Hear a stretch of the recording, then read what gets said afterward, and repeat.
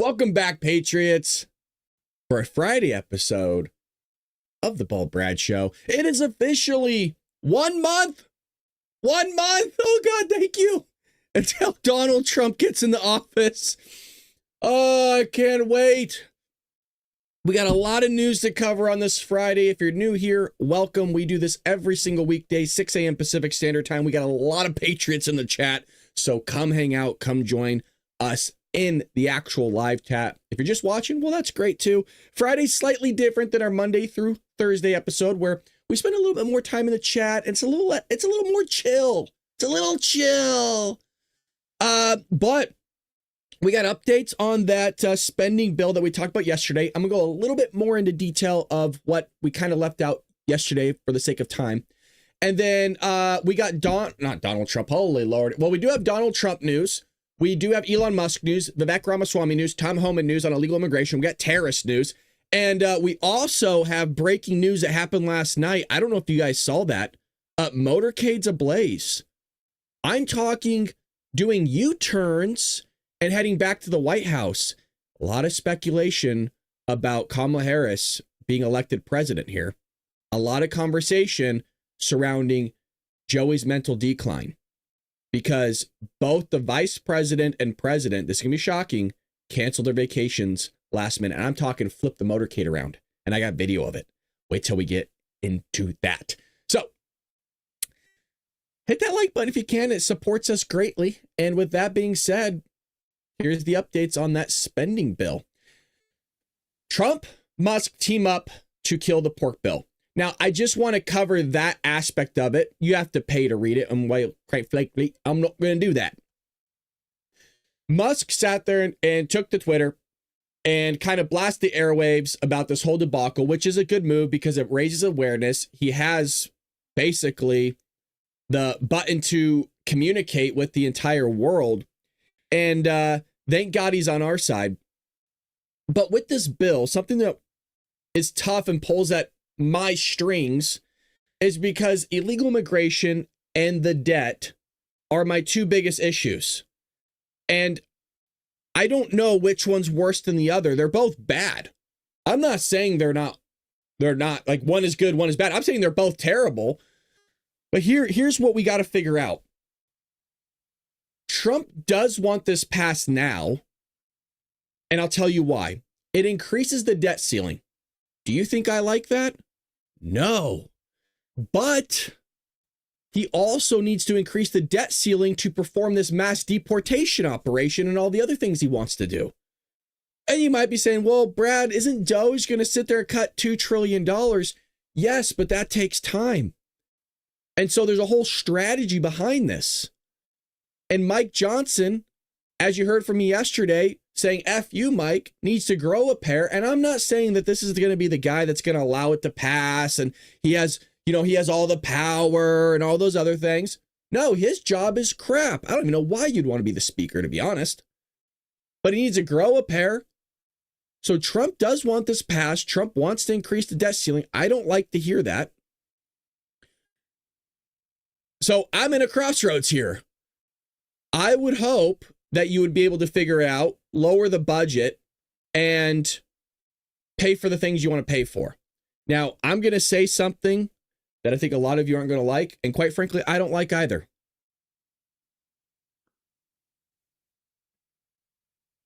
After doing a lot of reading yesterday, and this has to do with Trump, I don't think Doge is going to have the impact that I want. I'm just going to say it and be clear. I'll tell you why. 70% of our budget, 70%, you're hearing that correctly, is made up of social programs. Now, if you want to go dive into the budget, you can see the pie chart yourself. You can look at it. And with that being said, this is something that I don't believe Elon Musk, Vivek, and Donald Trump are going to touch. That means they're only going to be dealing with, at most, 30% of the budget. I hate to say it, but these social programs have to be reworked at some point in time because that's what's driving this country into the ground. I'll give you an example of a company. I always like to take it to like an individual level if I could. But here's, I think was it General Motors, General Electric with the pensions?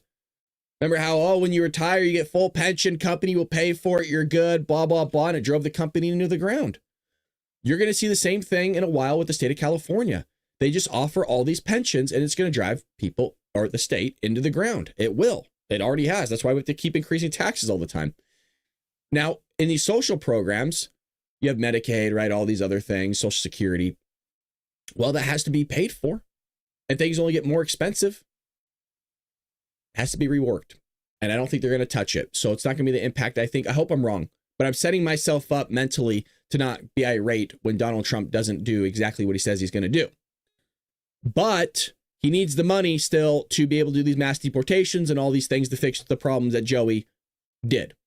And because the Democrats know this, remember, it's just a giant game of chess. That's all this is. A giant game of chess, checkers, whatever you play. Cards, doesn't matter. He needs the money. Chuck Schumer knows that. The Democrats know that. So they're not going to cave. I mean, yeah, you're good. No, they're going to pile it with pork, which is why you saw that picture of the stack of like 1,600 pages, like that big. And it's not an exaggeration. It probably literally is that big. I saw pictures of it and video. Well, the GOP-controlled House rejected on Thursday evening a revamped spending bill that would stave off a federal government shutdown by the end of the week, leaving the fate of the measure backed by President-elect Donald Trump and his close allies in doubt. Just hours after the New Deal was unveiled, 172 Republicans and 2 Democrats voted for the bill. It failed to pass under suspension of the rules, meaning the bill needed a 2/3 majority for it to succeed. Another 38 Republicans voted against the bill, siding with the majority of Democrats. Now you might be thinking, well, that's not right. Why are they siding with Democrats? Well, one, the bill does suck. It doesn't matter. It sucks. Even if Trump loves it, there's portions of it that suck. Excuse me. So don't think like, oh, well, they're in bed with the Democrats. You also have to understand, Republican Party, I don't say it is vastly different, obviously, than Democrats. But what I mean by that is, if you look at the Democrat Party, they really are like unison in terms of like their ideology. It's not like that. If you were to break up the Republican Party in Congress, there's like all these different cliques / bubbles. There's Republicans who are straight up Republican that aren't necessarily worried about the budget. There's also then another group that are Republicans that are in blue areas, like I should say blue, but more like purple. And so they got to kind of cater to their constituents. So it represents both sides. So that is their job, to represent both Democrats and Republicans, their constituents. And if since it's purple, you got to kind of side with that. You also have fiscal conservatives that are part of the Republican Party, like myself, that are going, well, no, because this doesn't work. We can't keep kicking this can down the road. And there's more groups than that. So Mike Johnson has to sit there and appease every single group, which is basically impossible. So what's the short answer here? Deal or no deal? Where's the art of the deal coming into play here? Well, behind closed doors, that's what's going on. You're going to have to give something up. Something is going to have to be given up to get said thing that you want.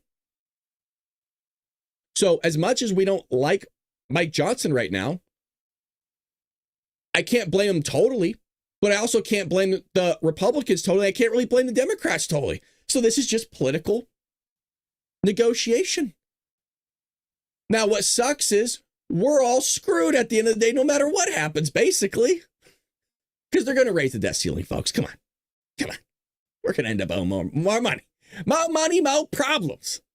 The Hill's Emily Brooks reported the majority leader, Steve Scalise, said the bill would not go to the Rules Committee, a move that would pave the way to a vote requiring only a simple majority for success, but stressed the legislation is not dead as members would continue having talks.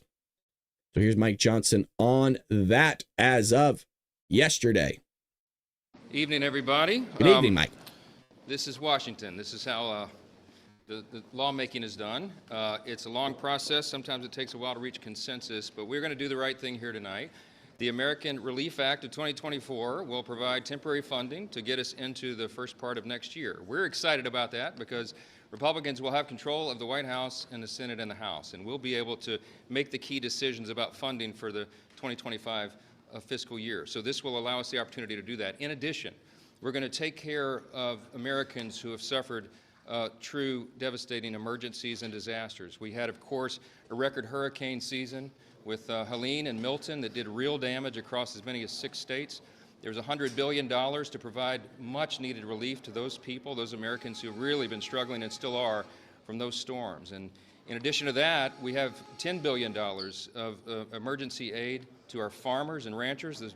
Many of the small farms in America are on the verge of collapse, primarily because of Bidenomics and inflation, the high cost of inputs and fertilizer and seed and everything that they need to keep those farms going. And they've had 3 lost years in a row, some of it because of drought, a lot of it because of the economics of it, and it doesn't make sense for lenders to provide them funding anymore. And so this is a stopgap measure to save those farms, to save food production in America, to ensure that we have that diversity in the marketplace and our food supply is directly related to national security. So it's a very, very important thing for both parties to do to provide that aid. We also have a clean extension of the Farm Bill, a clean extension of health extenders that are necessary, and a couple of other details. Everything that I just told you was negotiated in a bipartisan fashion. Both parties agreed to these terms, and that's what's on the floor right now. The only change in this legislation is that we are going to push the debt limit to January 30th of 2027. We will push it beyond that, or to that time point, and that will allow us to do the important work of governing in the new Congress. Why does that matter? Because we are committed to cutting hundreds of billions of dollars of wasteful spending out of the federal budget. That's what we're going to do. The DOGE effort with Elon Musk and Vivek Ramaswamy, the commitments that President Trump made on the campaign trail will come to fruition when we get about that very important work for the American people. The government is too big, it does too many things, and it does very few things well. We're going to cut and limit the size and scope of the government and get it under control for the American people. We have a mandate to do so. President Trump received 77 million votes in the election. House Republicans, 74.7 million votes, the most in history. We know what we are to do. We're determined to do that. And even though this vote would push the debt limit to 2027, it in no way reflects any lack of enthusiasm on our part to get about those serious cuts for the American people. We have to have fiscal responsibility as a core principle of our party. So that's what the House Republicans are committed to, every single one of them. We will get together and do that work, and it begins in early January. I hope that this vote passes tonight. We will send it to the Senate. We will extend funding, and we'll come back, and we will have the America First agenda come in roaring. As you're seeing, it still does just kick the can down the road. I get all of it. I get all of it. I'm not happy about it. It puts, I don't want to say people like me in a tough position. But what I mean by that is like my ideology is totally conflicting with one another. You need the money to be able to do these mass deportations. You need the money to be able to do certain things. So Donald Trump could be taken into office and he'll be broke. He has nothing. What do you expect him to do? He has nothing. So you have to raise the debt ceiling. So it's like damned if you do, damned if you don't. Because damned if you do, I'm not going to be happy about it. But damned if you don't, because then I'm not going to be happy about the fact there's no deportations going on. So it's like, shit, what do we do? So it's one of those things that, quite frankly, I mean, look, there's not a simple answer to it. It's just, the answer is it is what it is. And I'm not happy about it either. I'm hoping DOGE comes out and, cleans it up, but they need to touch social programs. I'm not saying people shouldn't get their Social Security. Folks, I pay into it. What is going to happen is we're going to be screwed, man. Guys, you're going to get 70, 80% of your Social Security check if you're my age, maybe when you retire. So they're just going to steal 20, 30% of your money. And the Democrats' answer is, well, at least I get some of it. What? That should be reworking. You pay into Social Security, I think you should be grandfathered in. It's going to mess with the budget, but that's why you got to trim in other places and, make up for it in the long run. Here's some more updates right here. Success House GOP spending deal gets Trump stamp of approval. Check this out. Watch this picture. You're going to fall over in your chair. Eric Birch with the $5. Thank you so much, sir. Good morning, Patriot family. Always coming in hot. Thank you, Eric. Always appreciate your help in supporting this channel. Thank you so much. So check out this picture I'm going to show you in a sec. I'll just kind of see if I can get it all on one screen. I'm going to tease you a little bit. It's down here. I'm going to tease you just a little bit. House Republicans agreed Thursday on a revamped stopgap bill to avert a government shutdown by the end of the week after the previous CR, packed with a bunch of add-ons to pork, collapsed in the face of opposition from many congressional Republicans, President-elect Donald Trump and Elon Musk. Top-line takeaways from the new deal include a 3-month CR, 2-year suspension of the debt ceiling until January 2027, a clean farm bill, which you heard Mike Johnson talk about, $110 billion disaster package. That seems a little steep to me. That seems a little bit steep. I'm not saying Americans shouldn't be helped. I'm not saying they shouldn't get money like North Carolina and others. That's not what I'm saying, but I could be wrong. That seems very, very high of a number. I don't know if this rolls into the following years, the next 2 years till 2027. Is that the goal? So basically you're splitting it up. I'm not sure. Like, what is that, 35 billion a year? That kind of makes a little bit of sense. Clean health extenders without pharmacy benefit manager reform, pay go, score, blah, blah, blah. Look at this picture. Oh, huh. It went from almost 1,600 pages to 116. To give you a perspective, my book, Trojan Horse, is bigger than this bill. That's a good thing. I think bills should be 1 page. 1 page is all it needs to be. Government tries to screw you over. Government tries to screw you over a little bit less. Oh, I guess this part a lot less. Folks, be realistic here. You're getting screwed over no matter what. Let's be real. Just because it's smaller, you're still getting reamed. Okay? Oh, we're so screwed. We're so screwed. Well, we're in it together, aren't we? Who's going to be sitting there in the trenches eating hot soup with bald Brad, losing your hair too from malnourishment? Well, we'll lose weight. And speaking of losing weight, check out this transition. Okay, now can we get into a little bit of fun? There's a video here. You guys are going to love it. I couldn't wait to show you this. You know how we like to have fun and laugh here on the show? A lot of us do. We get ramped up. Don't get me wrong. We get pissed. Yes, we do. But we also get happy and we also get sad and we also get frustrated and we also laugh our asses off. This is going to be one of those laughing your tushies off. No one has to be healthy. San Francisco taps fat activist as weight stigma czar. They have a fat czar.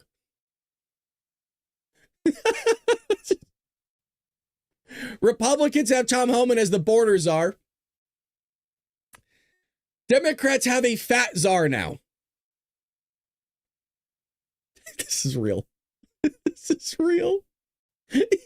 So, I haven't read it, and you know how this is going to go. Let's be honest. You've seen me before. You know how this is going to go. You can do it, Brad. San Francisco's Department of Public Health has tapped fat activists. My eyes are already watering. Is her name Vergi?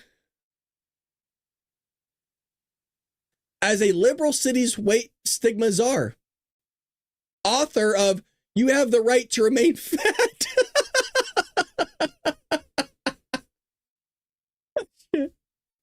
Oh, no. No. And DEI professional, announced the position on her Instagram. I'm unbelievably proud to serve the city. Yeah, just what a hero. What a hero. I've called home for almost 20 years in this way. Yeah, she's like the police, you know, and the firefighters. She's just a hero. She's really giving up things. This consultancy is an absolute dream come true. And it's my biggest hope and belief that weight neutrality will be the future of public health. Oh, God, man, we live in the best time. Well, she describes herself as a leading expert on weight-based discrimination and body positivity over a decade of experience of eating donuts and fast food. Yes, it doesn't say that. I added that part in. According to her website, which also details her as a DEI or diversity, equity, and inclusion work, which means you don't do anything. That's a very fancy way of saying I'm lazy and I don't do anything and I'm going to take your money. Virgi's corporate trainings focus on creating a non-judgmental environment where professionals can build awareness, and vocabulary, which I lack in personally, and best practices aimed at decreasing occupational weight-based discrimination. She combines her academic background, professional expertise, and personal lived experience to design virtual and in-person experiences that open up curiosity. How'd you get that big, Virgie? Empathy and empowerment. Now, look, if there's patriots in here that are a little overweight, this isn't about you, okay? This is not about you. This is about Virgie, okay? It's about Virgie. Can we also a little sympathy, Virgie? Nothing rhymes with Virgie.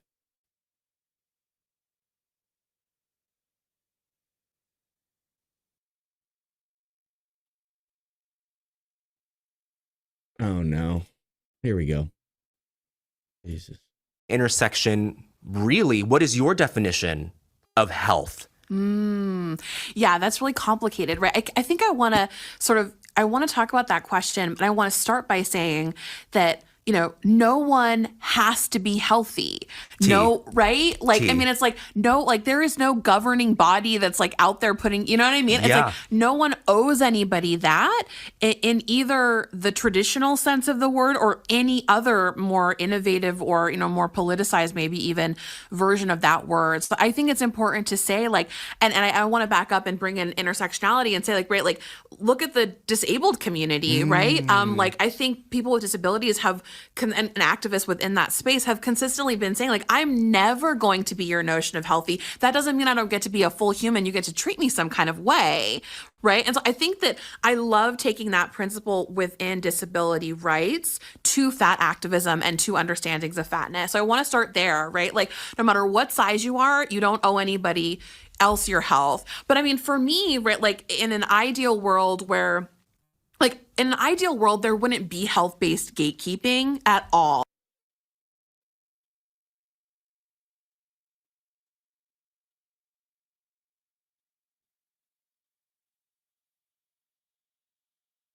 You're gonna tell me the education system's working.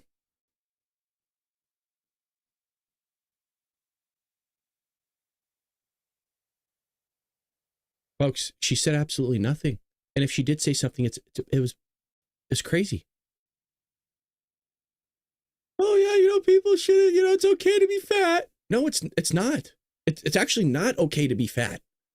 It's very detrimental to yourself. And honestly to your psyche as well. This whole idea like, oh, you know what, I'm body positivity, I'm gonna wear what I want. No. And you know, I'm a logical guy. I like to think, not always. Sometimes I'm an idiot. But I'm just going to leave that up on the screen, okay? Because I think it really does simplify the video that we just watched. When you're overweight, there's a lot of health complications that come with that. We just got done having a massive virus being unleashed by China. Oh, Wuhan, it's China. If you were obese, you were more likely to be killed by it. And by the way, if you're obese, you're more likely to be killed by a lot of other things, not just COVID. Well, if you're obese and it leads to a lot of complications and you have insurance and you're always having to go to the doctor because you're not healthy, guess whose insurance also goes up? Everybody else's.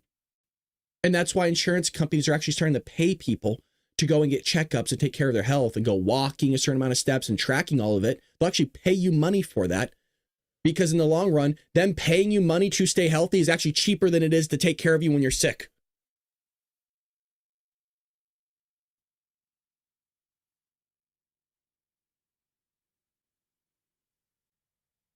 Now she seems like I'll be honest, she seems like a nice person.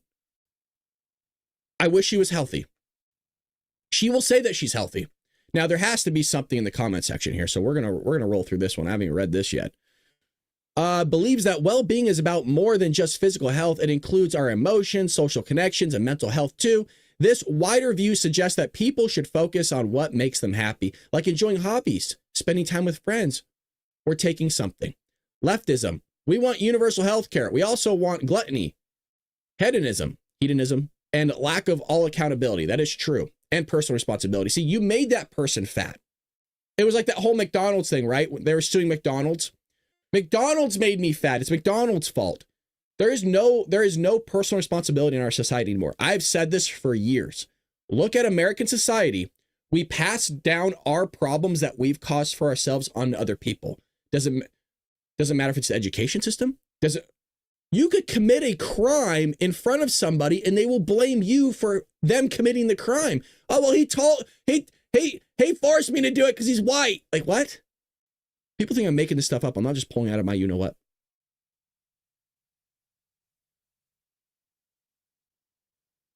Ten states with healthiest populations in the U.S. Well, I haven't heard the whole conversation, but if you listen closely to this clip, she says you do not owe anyone else to be healthy. Interrupt this in combination with no one has to be healthy comment that she don't want people to be shamed. I'm done. Done. The hell? So there's more. No, I was done reading the comments. We're back. Here we go. FI. If you're like many women, you've been to a birthday party or a small office gathering, an event that's meant to bring people together. There's swinging tunes, some adult beverages, and good convo. And then it comes time to cut the cake, and someone decides to ruin everything. Oh my God, that slice is huge. That slice is bigger than Beyonce's paycheck. Can you cut me half of that? A cake-related fatphobic incident, or CRFI, is that moment when it's time to eat delicious cake and it's interrupted by a moralizing impulse. What? I'm going to say this very clearly. I'm not better than anybody here. I'm not an intellectual. I identify as an idiot. It's true. I'm not a smart guy. I don't play it off to be. I will never claim to be. If somebody thinks I act like that, you got the wrong idea about me. This is a person masquerading as an intellectual. Cake-related fatphobic incident. Because you want half a slice to eat, because maybe you don't like sugar, you want to indulge, you want to be nice of eating somebody's cake that they bought. I don't like store-bought cake. That's a personal thing. I hate it. I despise it. It's not good to me. But because somebody bought it, I want to be nice. I will have a small sliver of cake. I don't even eat the frosting on it. Furthermore, if a cake is too sweet, I love sugar stuff, but sometimes it's just like, whoa, it's too much. Just give me half a slice, or I'm already full from eating, but I want a little bit of a teaser. You know what I mean? Wet the palate a little bit with the cake, you know? Give me a break, lady. That moment when it's time to eat delicious cake and it's interrupted by a moralizing impulse. Inevitably, there's always someone at the party who has to declare publicly that their slice is too large, and that the person who's cutting the cake, almost invariably a woman, must do some disproportionate amount of labor in order to accommodate their need to feel superior. Let's take a look. Can you do a little bit, Can you scrape all the frosting off and cut it in half and give me 2 forks, because I'm sharing.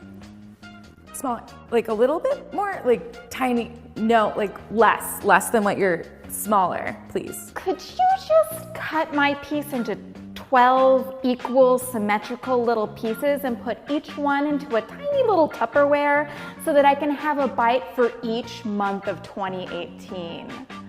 Thanks. Smaller. Let's take a step back and view what's happening through a critical feminist lens. CRFIs typically happen in environments where there are... Is nobody shocked that they made it throughout the whole day with nobody taking a bite of that cake? Is anybody else shocked by that? Are primarily or exclusively women. Women are disproportionately negatively affected by diet culture because diet culture maps onto sexism. Like many parts of diet culture, there is a significant performance component. You have to show others that you are being good. Controlling how much you eat is part of what it means to be a, quote, good woman. This kind of behavior is a way for people to keep other people in check through food moralizing, surveillance, and policing. These are the mechanisms that are at the core of diet culture and weight control. The idea. All right.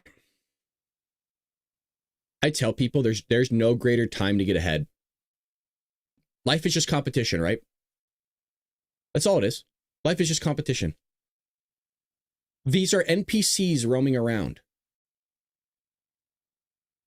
They're telling people to stay fat.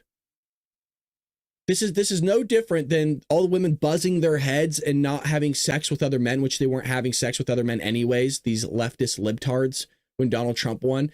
We're going to revolt and show you guys we're going to shave our heads. You weren't attractive before you shaved your head. You sure in hell ain't attractive now, and thank God you're not reproducing. It's like the Lord knew. You know what I mean? Even the Lord doesn't want them to reproduce. He's like, look, I've had enough myself. I'll be honest, I was looking to see if there's like a little sliver of somebody couldn't contain themselves and like, you know, like a little flick of frosting and eat it. I was looking at the cake. And the God, I realized it's true. I was like, I wonder if anybody was just sitting there getting the shakes, you know what I mean? Like, oh, I need it. But it's okay to be fat according to them, you guys. It is not. I'm going to tell the Patriots because I love you. Look, I'm somebody that struggles. I shouldn't. People are like, you don't struggle with weight. What I mean by struggle with weight gain is I could gain weight really quickly and I could lose it really quickly. The highest I've ever been was 210. I'm about a 5'10" guy. So even on my heaviest of, well, sorry, my heaviest was 215. But even then, it doesn't really show tremendously. But you guys get healthy. It's about 80% diet. You just got to diet. That's all it is. You can eat a lot of food, by the way, dieting. You eat a lot of damn food. Anyways, I care about you guys as a why. I don't want you to be heavy set and something bad happened to you. I mean, all seriousness, I look you in the eyes. Look at me. Look at me. All right. Joe Biden's cognitive health. Joe Biden's diaper. This is crazy. What we're about to get into is bonkers. I almost made this the theme of today's show. And we're getting into it. If you could you smash the like button, Patriots? Always appreciate your support. Thank you. There's at least 60 people watching over at YouTube. 31 thumbs up. If we get that up, it will force the algorithm to send our videos out there to new people who haven't seen our content or our channel. Your help and support would be greatly appreciated. You guys are freaking awesome. Alrighty. New details emerge after White House's cover up of Biden's cognitive decline. Now, we dipped our foot into it just a wee bit from Ed O'Keefe, where it was Jake Sullivan's employee, I guess you would call him. I don't even know what you would call him. Kind of revealed that, oh, Joe Biden is worse behind closed doors than he is in person. Sounds a hell of a lot like what I've been saying for 4 years of, if you're seeing this at the microphone, if you're seeing this in public display, can you imagine how bad it is behind the curtain, behind closed doors? Well, a new report published Thursday revealed new insights into the White House's efforts to conceal President Joe Biden's severe cognitive decline over the last 4 years. The Wall Street Journal reported that Biden's handlers limited who spoke to him. Wow, there's a revelation. We don't need a reporter to tell us that. We can see it. We saw the card. Remember early on when we had the cards with the names? Everyone's like, what the hell is he doing? And they're prefabricated people. He had the questions beforehand. What information they gave him and what news he consumed. Nearly 50 Democrats, various politicians, aides, and administration officials spoke to the Journal for the report in which they described the hand-holding they witnessed from Biden's handlers, which they said was unlike anything they've ever seen before. But these jerks, I'm working on my cussing, would still vote for the guy. All these 50 Democrats still voted for him or would have voted for him if he was running again. And they voted for him in 2020. So I don't want to hear crap they have to say. Oh, it was bad. You should have seen it. Yeah, you guys would have bent over backwards for this guy. Give me a break. Democrats acting like they're on their friggin' moral high horse, that they're holier than thou. The report said that Biden's cognitive decline was so bad that a wall was built around him to mask his struggles, which were so significant that they could upset the world order. Within just the first few months after taking office, Biden already showed signs of cognitive decline. Few months after taking office? No. No. He showed mental decline before he took office. We were all talking about it. Everybody was talking about it. Hey, watch Joe drooling into a drip tray. That doesn't look good. Yeah, on the debate stage, we all saw it. Showed signs of cognitive decline associated. Oh, it's just an advanced age is what it is. Donald Trump is basically the same age as Joey and completely fine. Roaming around. Look at the rocket, Elon. Give me all the intricacies. I'm going to get this deal done. Trump's fine. Trump's not being bubbled in. Trump's out there on social media. He's telling reporters to F themselves. F off. I don't care about you. The report said he simply could not do his job if he was involved in long meetings because he became tired and would make mistakes. Dude. I'm sorry. That's mean. Biden's team told those who were allowed access to the president that they had to keep meetings very short and to the point with him if they were granted time. The report said that the degree to which his staff hid him from top lawmakers, donors, and even his own cabinet secretaries was something they've never seen happen with the president. Would it surprise me? I believe all this, by the way. I believe every single thing that's written here. Adam Smith, then chairman of the House Armed Services Committee, reportedly tried to urgently get in touch with Biden before his disastrous withdrawal from Afghanistan.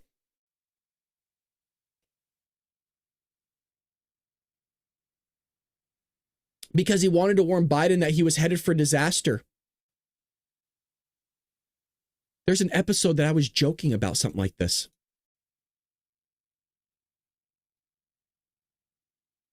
The phone call never happened. And the rest of this history. 13 U.S. service members were murdered in a suicide bombing, and the images of people falling off airplanes during the debacle embarrassed the U.S. military. I mean, I've made various jokes about Joe Biden just waking up one morning and going, I'm going to do it. I'm pulling out of Afghanistan. Like, what the hell, sir? I'm pulling out of Afghanistan. I don't want to take any phone calls. I made my decision. Clean me.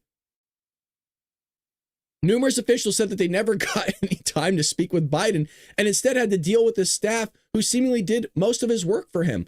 This kind of runs into Karine Jean-Pierre not being able to talk to the president either.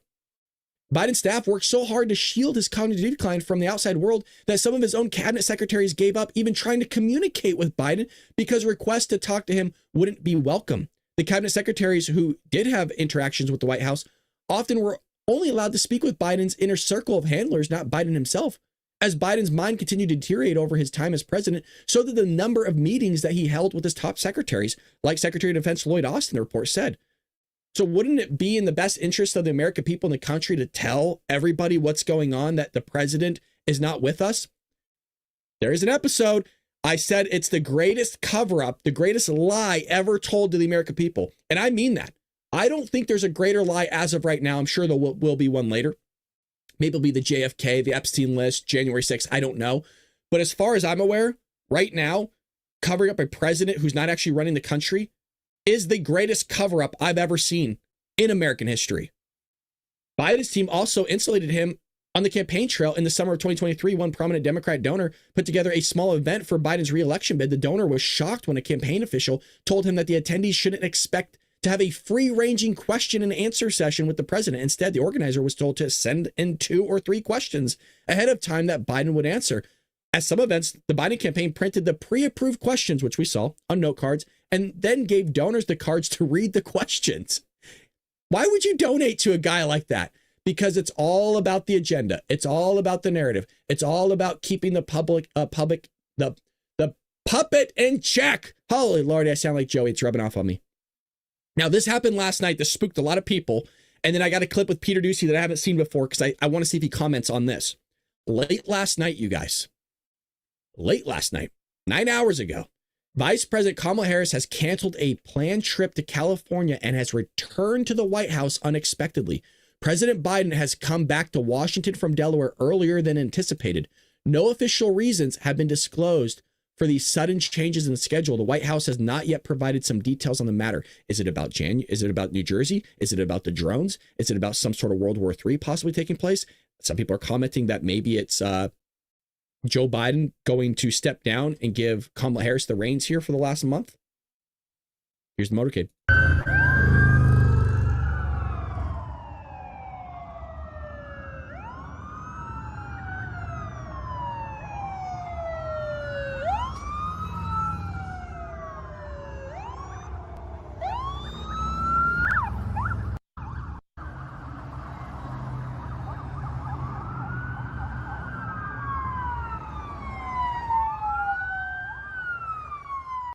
Alrighty. So that was going on last night. Breaking, Joe Biden has arrived at the White House after canceling his Delaware holiday stay. That's a big deal. Joe Biden has taken, look at him just walk through the, Jesus, man. Barely making it. He's taken more vacation than any sitting president in United States history. This guy's broken records left and right. I mean, we couldn't put actual medals around his neck because it'd weigh him down. He wouldn't be able to get back up. What's going on? The Bidens have abruptly returned to the White House, as well as Kamala. Benny Johnson reported this as well last night. Kamala has canceled her trip. Vice President Kamala Harris has canceled. Rumors are that Kamala is about to take over as president after she was caught on camera rushing back to the White House. A lot of people are speculating last night that maybe something happened to Joe. Joe's cognitive decline. Something's going on. You just don't randomly make a U-turn, and go back to the White House. So this was uploaded by Fox News 2 hours ago. I'm on the West Coast. And I want to see what he has to say because he's talking about Joe Biden's cognitive decline here on Fox and Friends. Shout out to Peter Doocy's dad. Hell of a freaking jacket, my friend. Also, can we give a shout out to Brian Kilmeade here? He writes some of my favorite books, by the way, for nonfiction. Really, really enjoy his books. So if you haven't checked out them and you enjoy history, really worth the read. I always look forward to seeing what he has coming out. On how the White House functioned or didn't function with a diminished Biden in charge. Incredible. Peter Doocy joins us from Washington. Hey, Peter. And when I got to the White House 4 years ago with President Biden, he was walled off because of COVID. They didn't want him to get sick. But then he stayed walled off. And now the Wall Street Journal has this item with the headline, How the White House Functioned with a Diminished Biden in Charge. And it comes with this quote, if the president was having an off day, meetings could be scrapped altogether. On one such occasion in the spring of 2021, a national security official explained to another aide why a meeting needed to be rescheduled. Quote, he has good days and bad days, and today was a bad day, so we're going to address this tomorrow, the former aide recalled the official saying. The president showed natural signs of aging, but key allies always stuck their necks out to say, no big deal. Right after the debate, you insisted that President Biden is extraordinarily strong. Given where we are now, do you have any regrets about what you told the American people? No, not at all. Not at all. I talk to President Biden, regularly, usually several times in a week. His mental acuity is great. It's fine. It's as good as it's been over the years. Well, do you think the president should undergo some sort of cognitive testing? No, to the extent that we're having this conversation, I don't see any need to do that. But if you're as it relates to Biden. Things have changed a lot, but no obvious second thoughts. You prepare to leave the White House. Any other regrets that you have? Anything you wish you would have done differently? Well, I guess if I thought a lot about it, it'd be something I've done specifically done, but not generically. I had a front row seat to a lot of this, and at various times was basically told not to believe what I was seeing or hearing. The president misspoke. The president has a cold. But now the dam appears to be breaking. This Wall Street Journal item interviewed 50 people familiar with Biden's operation. Back to you. So, Peter, you had the story in August. The Wall Street Journal began to dip their toe in the water on this very topic, and they got blasted. You've gotten blasted when you've questioned the president's acuity. And Kamala Harris offended that people even bring it up. But they talk about interaction between Biden and many of his cabinet members were infrequent, often tightly scripted. At least one cabinet member stopped requesting calls with the president because it was clear that such requests wouldn't be welcome. The cabinet. Peter Doocy can't get an interview. His own cabinet can't get a meeting. Adam Smith, who's chairman of Armed Services, tried to tell the president how bad Afghanistan could turn out. He couldn't get to him. This is cataclysmic. And it raises a lot of questions about who was making key decisions.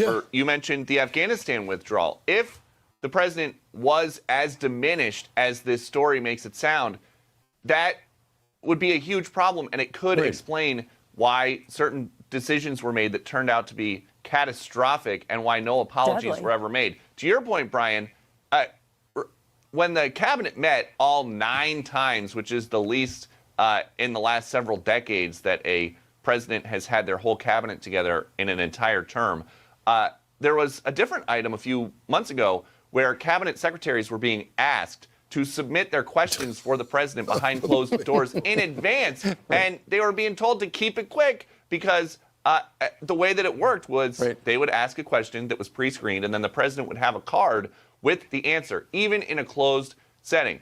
Yo, that's bonkers, man. That is bonkers. And all these Democrats allowed it. That's why I've always said, I don't care what Democrats have to say anymore. I really don't. Oh, you guys are January 6th insurrectionists. You guys allowed a president to be elected, air quotes, most popular president ever, by the way, allegedly, be elected, that's brain isn't working. And now we're in the bleep storm we're in because you guys suck at voting.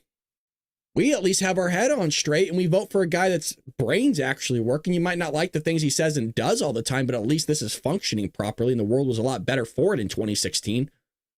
And I hear a lot of the complaints about, and there was a bite in the open, why wasn't there more coverage of the president's age and acuity earlier? Thank you. Well, a lot of the stories that you hear... You kept asking. I kept asking the whole time.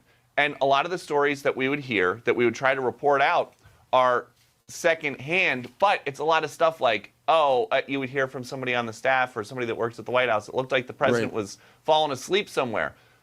Okay, hard to confirm that, but we have tape of him falling asleep at events, Peter, as recently as his most recent foreign trip. You know, it was off the record last Friday. There was a holiday party at the White House. You had a brief interaction that has not been reported, and it kind of speaks to how his aides just ripped you essentially out of that room when you two started talking. It was actually kind of funny. I took my sister Mary as my +1, and when we got up there, I said, "Mr. President, this is my sister Mary." And the first thing he said to her is, "You know, my sister tries to control me." And the First Lady and the press secretary who was standing off to the side were trying to keep the line going, and they did. And so it was quick. But a lot of that. And I think he might have said something like, "I'd like to talk to you later," and then it's like, "Come on, Peter, let's go." And there you went. Yes. Yep. With your sister Mary, who night. tries to control you, too. It's true, but I made sure that Mary did what I always do at these White House parties. They have like napkins with the presidential seal, so just make sure that as many as you can grab on your way out. That's the lovely party gift. Thanks. All right, Peter. Thanks, Peter. This is embarrassing as a country. I mean, everyone's talking about the Republican Party right now and who's debating this bill, and Elon Musk, who's running the country right now. And well, it's not Joe, that's for darn sure. Not Joe whatsoever. I appreciate your patience in the chat. I'm reading it. I love it. Thank you for asking. Hit the like button there, Terry. Greatly appreciate all of you that are tuning in consistently. We got more news to cover. Don't go anywhere, folks. We got a lot of news to cover here. Just always want to give my Patriots a shout out. The Bald Brad Army is strong. We do have a book, Trojan Horse, How the Left is Short America. We have a website. We have merchandise. We have mugs. I always plug the mug because we're a morning show. I mean, that's where we drink coffee together, right, folks? We drink coffee, tea, water. Some of you, maybe a little bit more than the water and the tea. You might throw a little bit of Bailey's in there. Well, Tom Hellman, somebody who might have to cut the edge every now and then with a little bit of drink himself. Deportation start day 1. No limit to how many are removed. We're going to do as many as we can. And I love this because he was on CNN with Caitlin Collins. I do not like this lady. I do not like this lady at all. And allegedly, she's the next White House correspondent for CNN. So think of, I almost said Jake Tapper, but not Jake Tapper. Who's that other guy that was freaking, I can't think of his name. It doesn't even matter. Here's Tom Homan saying it's going to happen on day one. So how many days after Trump is sworn in before this effort to carry out the mass deportations begins? I know you said it starts on day one, but after how many days will we actually start to see that happening? Day one. Day one will be ICE officers across the country will be out on the streets. Right out of the gate, President has made it clear, and I've made it clear, that priority right out of the gate is public safety threats and national security threats. And there's plenty of them to find, right? I looked at the data under the Biden administration. The deportation of criminal aliens have decreased 74%. So we have all those folks that the Biden administration failed to deport, plus we got this over 10 million encounters on the southern border that came across. We got a lot of them to look for too. So the public safety threats are plenty, and it's going to keep us busy. So how many days? Yeah, so how many days you say it's going to be day one, but is it like what day really? Day one. Trump's going to you're going to see Trump's going to step just his big toe. Like he might have not clipped his toenail, so you're going to have a little bit of an extender. The second that toenail crosses over into the White House, you're going to see a massive military plane, like 20 of them, fly over, just jam-packed full. And there's going to be Tom Homan waving out the window. Hello, told ya.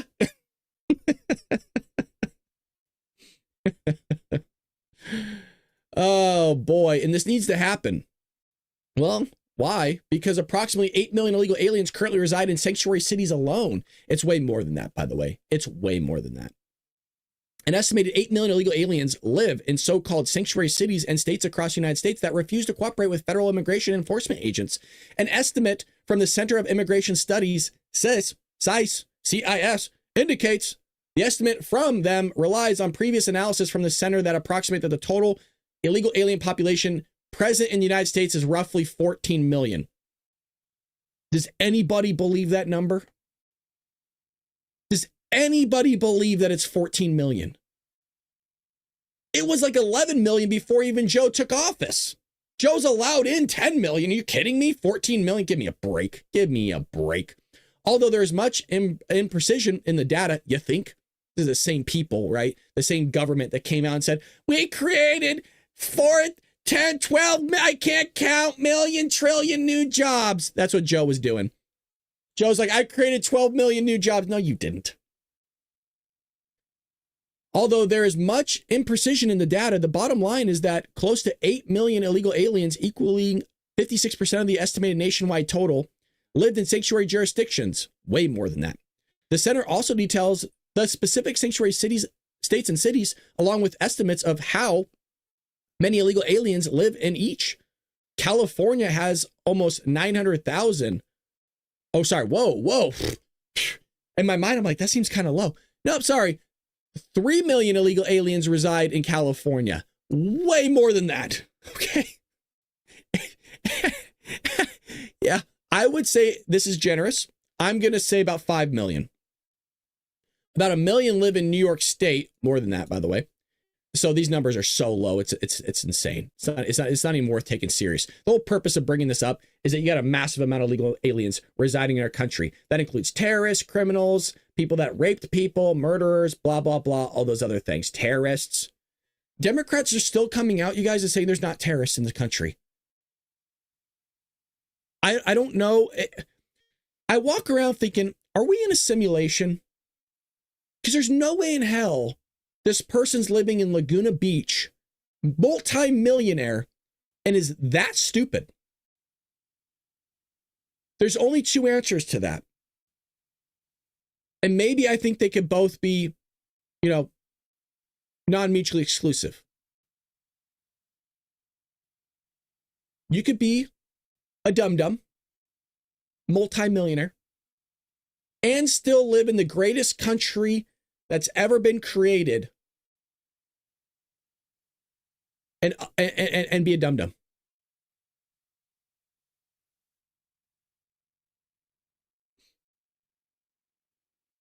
What does that say? So what does that say? I would really love a Democrat to come in here and just read this out loud for the Patriots. An 18-year-old Egyptian national, a freshman at George Mason University, was arrested in Falls Church, Virginia on Tuesday for allegedly planning a terrorist attack. Gotcha. Okay. Against Israel's general consulate in New York. Oh, a terrorist attack in New York. Gotcha. Yeah. Yeah. Oh, no, it's Egyptian national. Yeah. You're probably paying for that person's education, by the way. Well, they face 20 years in federal prison and conviction, if convicted, of trying to teach someone how to manufacture an explosive with intent of murdering internationally protected persons. Prosecutor said that more charges may be forthcoming as the criminal investigation proceeds. He currently is in deportation proceedings. Oh, okay.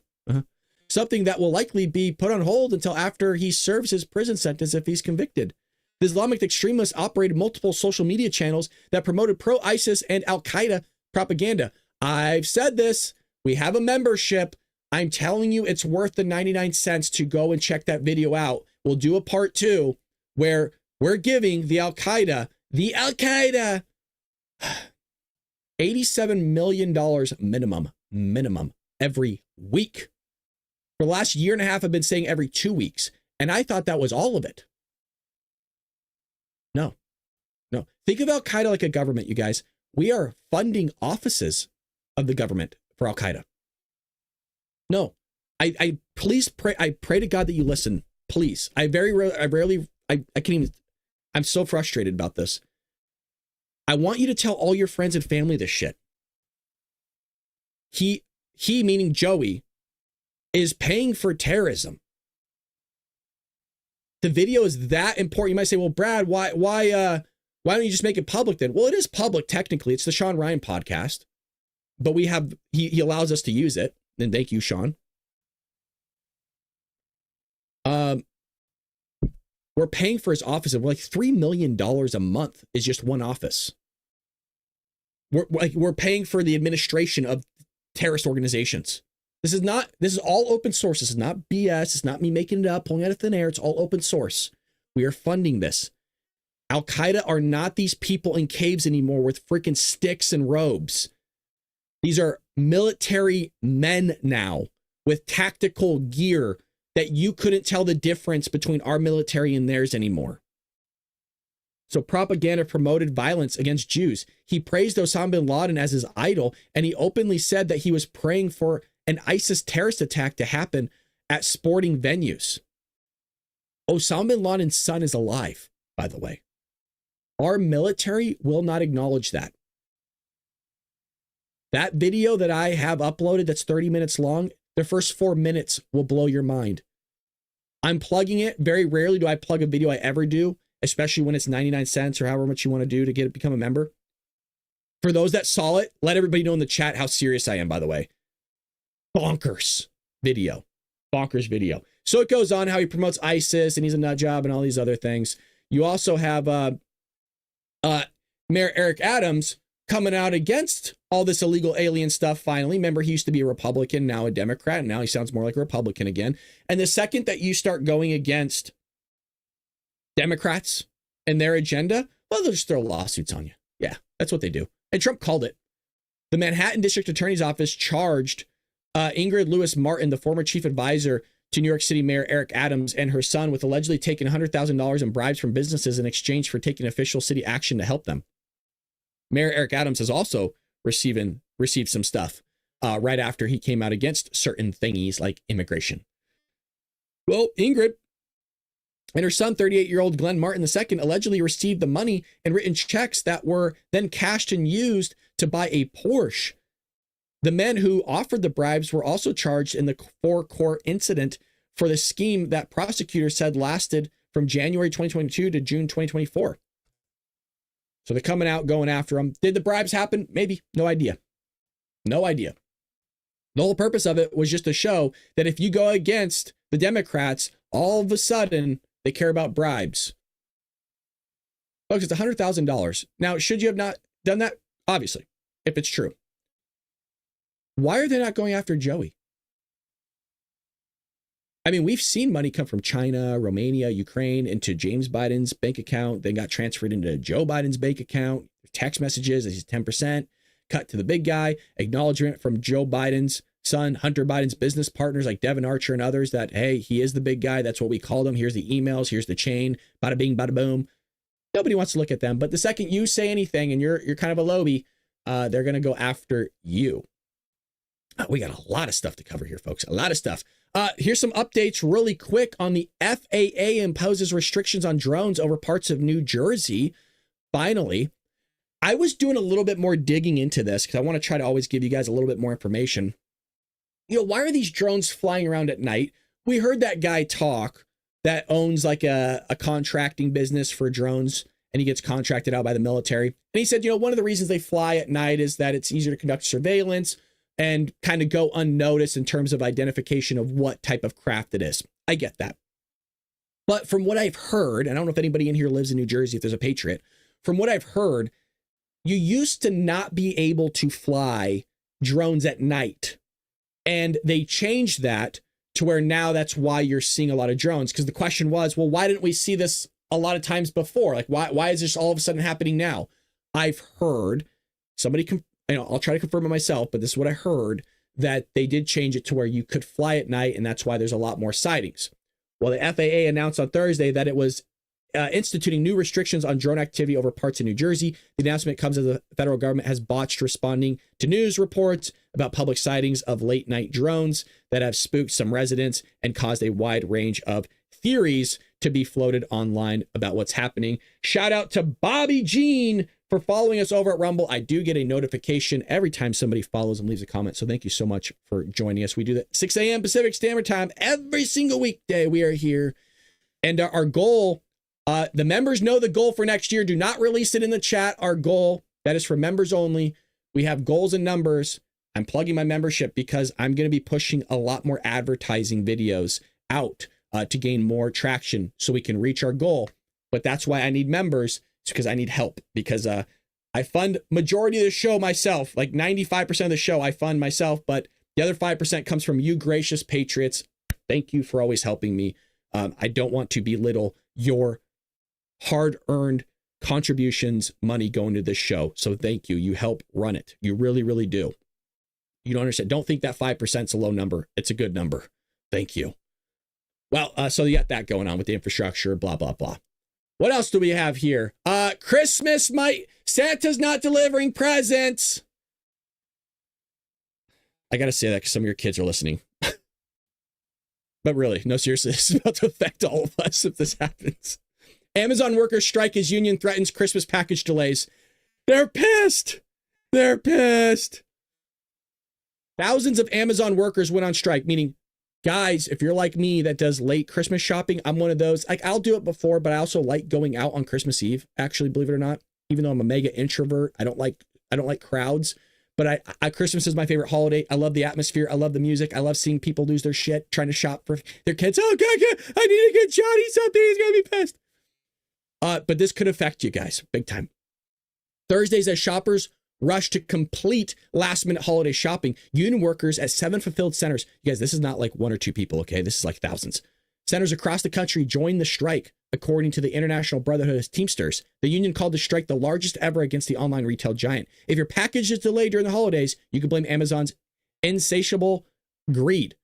We give Amazon a clear deadline to come to the table and do right by our members. They ignored it. Teamsters head Sean O'Brien said in a statement posted to X, these greedy executives have had every chance to show decency and respect for the people who make their obscene profits possible. Instead, they've pushed workers to the limit, and now they're paying the price. The strike is on them. Yeah, but you know what? People are gonna be pissed at the drivers. Just a heads up. We want our Christmas packages. I'll be honest. I don't think anybody's gonna be looking, going, oh, screw Amazon, just make it happen. You know what?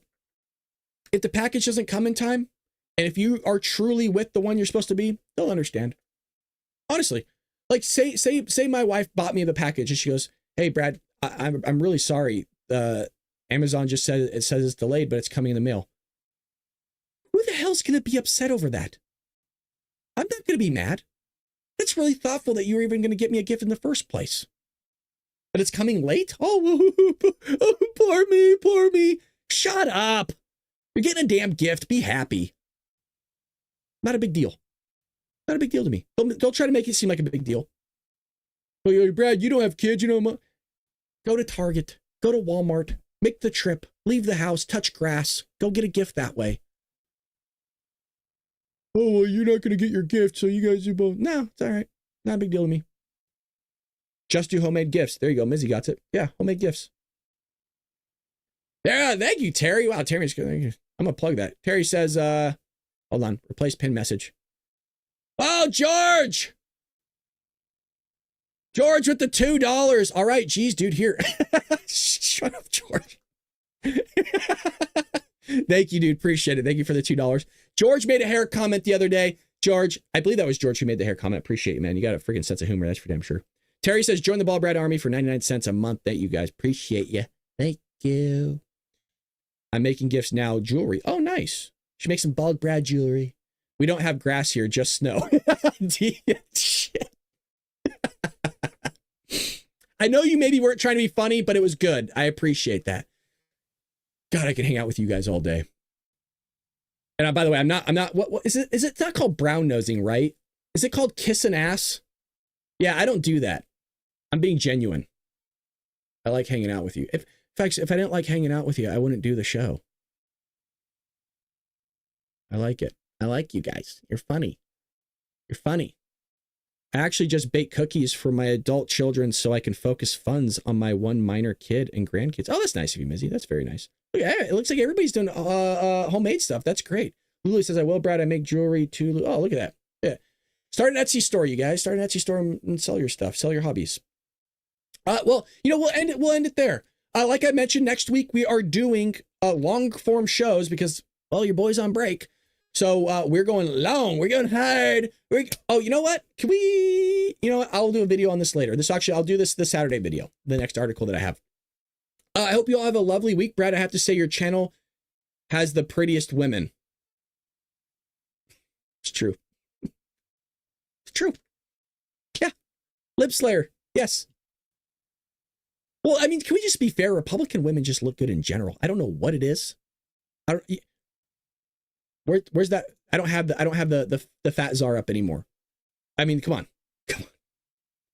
But yeah, no, we got a lot of good women that watch the show. I don't know if Lip Slayer is joking, but I'm going to agree with that.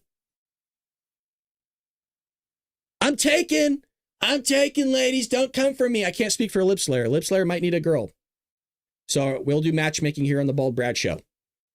Lip Slayer, ladies, if you're single, he slays libs. He slays libs. I gotta be careful how that comes out of my mouth.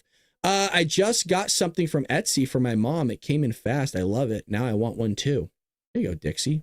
Yeah, okay, so he says no joke. Ladies, hold on. I'm gonna hook you up, dude. I'm the best wingman you freaking have. There we go. Hold on. Lip Slayer. Oh, this would be helpful. God, I'm an idiot. Rumble. Ladies, if you're single, Lip Slayer's here. He probably doesn't like that I'm doing that, but it's what I do. It's what I do. If you get married, I want to be there. Okay, if it's far, pay for my flight because I don't have money. I appreciate you guys nonetheless. Like I said, Friday show is a little bit different. It's a little bit different, but I appreciate you nonetheless. Thank you to everybody that donates. Thank you to everybody that just watches, that is donating. You watching and taking your time out of your day to spend time with us, the Patriots, that is your donation. You're donating your time. I greatly appreciate that. I don't want to underestimate that by any means. We'll be back here tomorrow for a video. Wingmen, you are bald. Hey, you know what? Make bald men great again, George. Damn you. Appreciate you, Patriots, nonetheless. Take care of one another. Have a blessed weekend. I'll see you tomorrow here on the Bald Brad Show. Take care, Patriots.